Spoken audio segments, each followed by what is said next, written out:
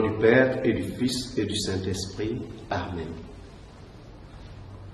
De l'Évangile de Jésus-Christ, selon saint Marc, au chapitre 6, au verset 14 à 29.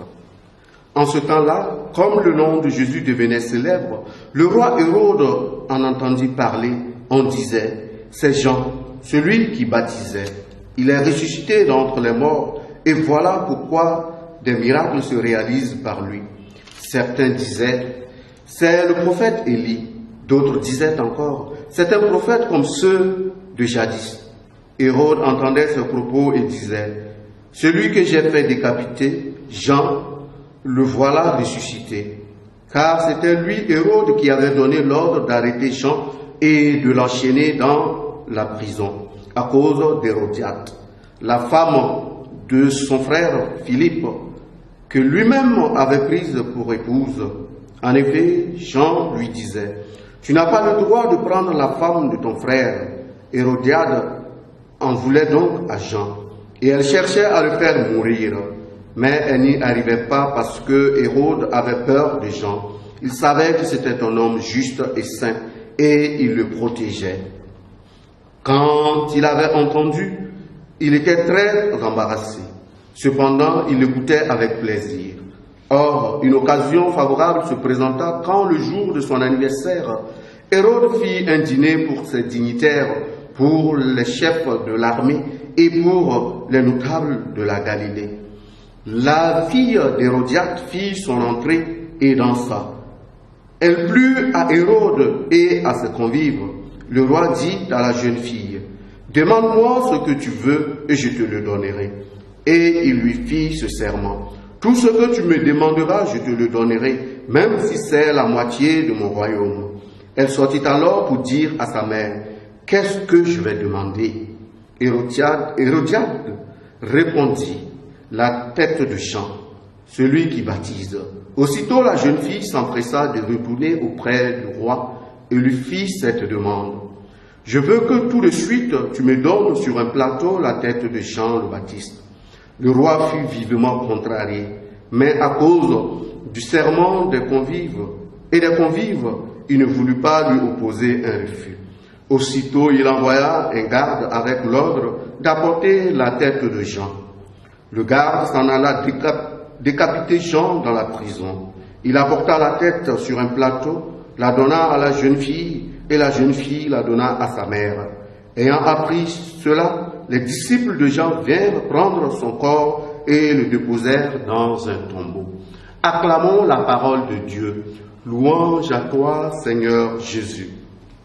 Bien-aimés dans le Seigneur, aujourd'hui, 5 février, nous contemplons le visage du Christ à travers la personne de Sainte Agathe Martyre. Et les évangiles, justement, nous donnent ce qu'on pourrait dire la conséquence d'une vie chrétienne exemplaire, la conséquence d'une vie chrétienne dans son paroxysme. En effet, le Fils de Dieu incarné subit une situation, voit une situation où celui qui l'a précédé est décapité, mais cela ne l'empêche pas de commencer sa mission. Et dans ce sens, la vie du disciple, la vie du chrétien exige un certain nombre de courage pour affronter les difficultés de la mission dont nous avons parlé hier. Et face à la difficulté, pour ne pas dire face à l'exigence de la vie chrétienne, il y a un complexe. Le complexe que j'appellerai le complexe d'Hérode. Le complexe d'Hérode, qui est cette situation où nous désirons être avec le Christ. Nous aimons écouter le Christ, nous aimons être avec lui. Mais cette écoute du Christ, se rester avec le Christ, n'est en réalité un moment où nos intérêts ne sont pas en jeu. Autrement dit, quand il y a un conflit d'intérêts entre notre suite du Christ et nos propres intérêts, quel est le choix que nous faisons? Agissons-nous comme Hérode? Agissons-nous comme ces puissants qui sont capables de sacrifier le faible, qui sont capables de faire taire la vérité et la justice au nom de leurs propres intérêts? Voilà la question que chacun a à se poser en ce jour où nous faisons mémoire de Sainte Agathe. Sommes-nous prêts à donner notre vie pour la vérité? Sommes-nous prêts à donner notre vie pour nous mettre à la suite du Christ? Ou bien préférons-nous nous compromettre? Préférons-nous dévoyer la parole de Dieu?